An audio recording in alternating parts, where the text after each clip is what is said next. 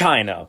Very big, very vast, very old. People groups galore. The food, culture, language, just It is without a doubt one of the most powerful countries in the world. Today, we're going to take a look at how the People's Republic of China came to be in the first place, and most notably, the Cultural Revolution.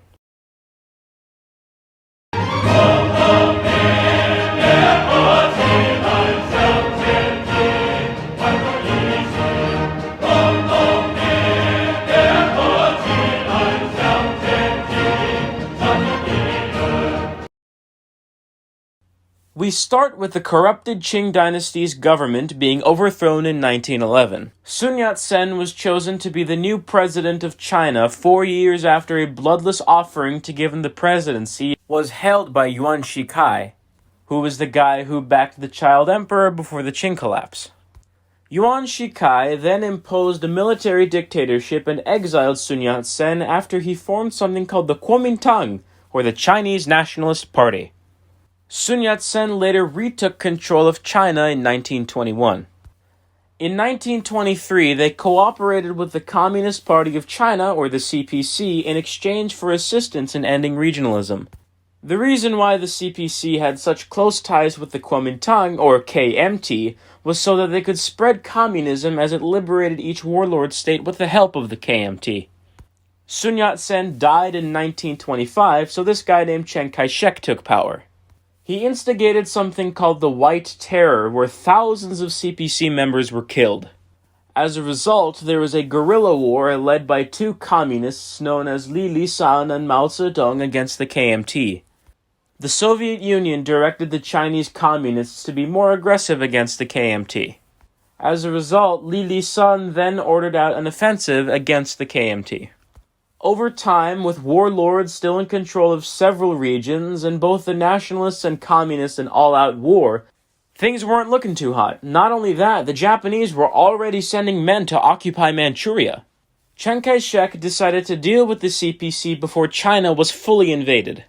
To do this, he organized the biggest KMT force yet, and in 1934 encircled Mao's forces stationed in the mountains. The CPC then instigated the Long March, which was a 6,000-mile-long desperation move to try and break the KMT's encirclement. About half of the CPC's forces were lost during it. By the time the CPC reached their destination in the north, about 10% of them were alive, prompting them to launch a mass recruitment campaign. In 1937, when the Japanese kept pushing into China, the KMT weren't able to fully repel them.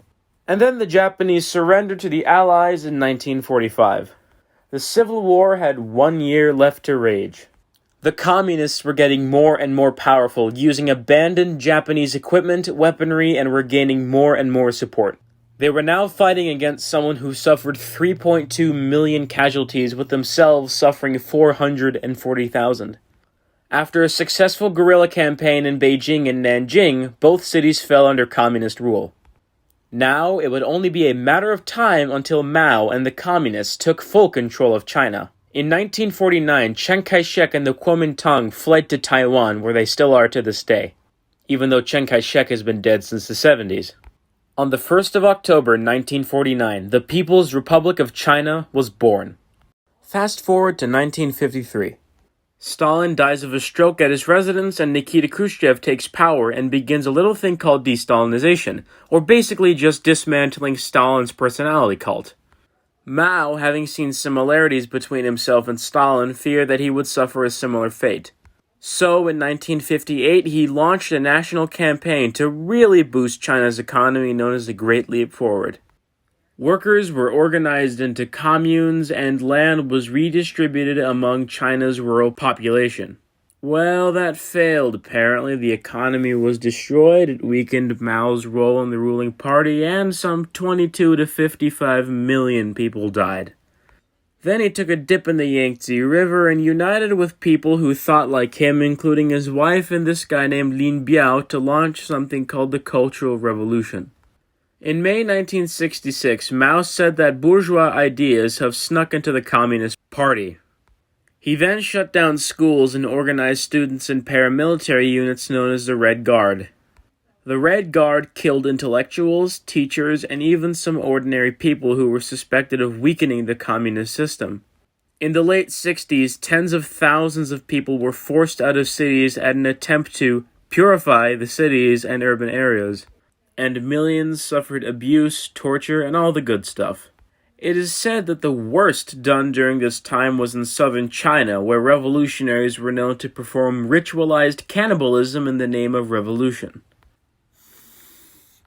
Okay, now first of all, that's not how you achieve communism.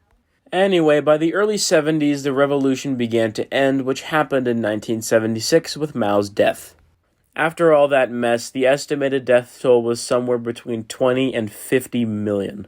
The Communist Party and government learned to be wary of mass movements, like what would happen a little bit over a decade later at Tiananmen Square. And the people learned not to trust their leaders all the time and not blindly worship them.